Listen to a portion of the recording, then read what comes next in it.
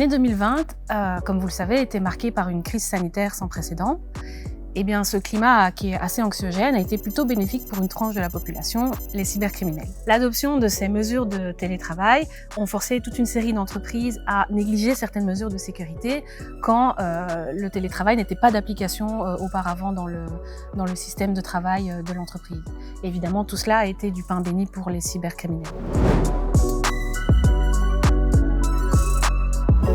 Selon une étude de Ernst & Young, 72% des grandes entreprises ont un centre des incidents contre 40% pour les PME et les petites et moyennes entreprises. En effet, les grandes entreprises, elles ont souvent les moyens financiers et humains de mettre en place des mesures de sécurité, que ce soit en termes d'infrastructure, mais en termes également de personnel, en recrutant un expert en cybersécurité qu'on appellera le CISO, le Chief Informatic Security Officer.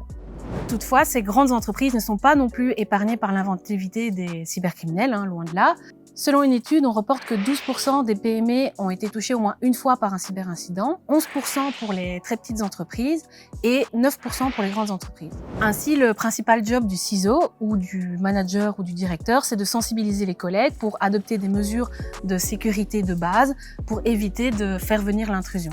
L'objectif, c'est de faire de l'humain un human firewall ou un pare-feu humain. Pour les PME, les petites et moyennes entreprises, évidemment, la situation est très différente. La cybersécurité, c'est pas du tout la priorité parce qu'on n'a pas le budget pour investir dans du matériel de sécurité, mais également aussi, on n'a pas de quoi recruter quelqu'un qui va s'occuper à temps plein de la cybersécurité. La Belgique n'est malheureusement pas une très bonne élève en matière de cybersécurité. Selon les chiffres d'une étude du SPF Economy, la Belgique comptabilise 22% des entreprises ayant déjà connu au moins une fois un incident.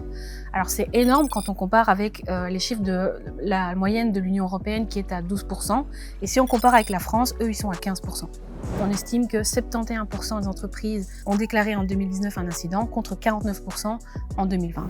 Au final, les pertes financières ont été assez colossales pour les entreprises et se chiffrent à 1,6 milliard en 2020 contre 1,1 milliard en 2019. Cette étude conclut par une petite note d'espoir puisque 2 fois plus d'entreprises ayant été précédemment touchées par un incident ont mis en place des mesures de sécurité renforcées en investissant par exemple dans du matériel.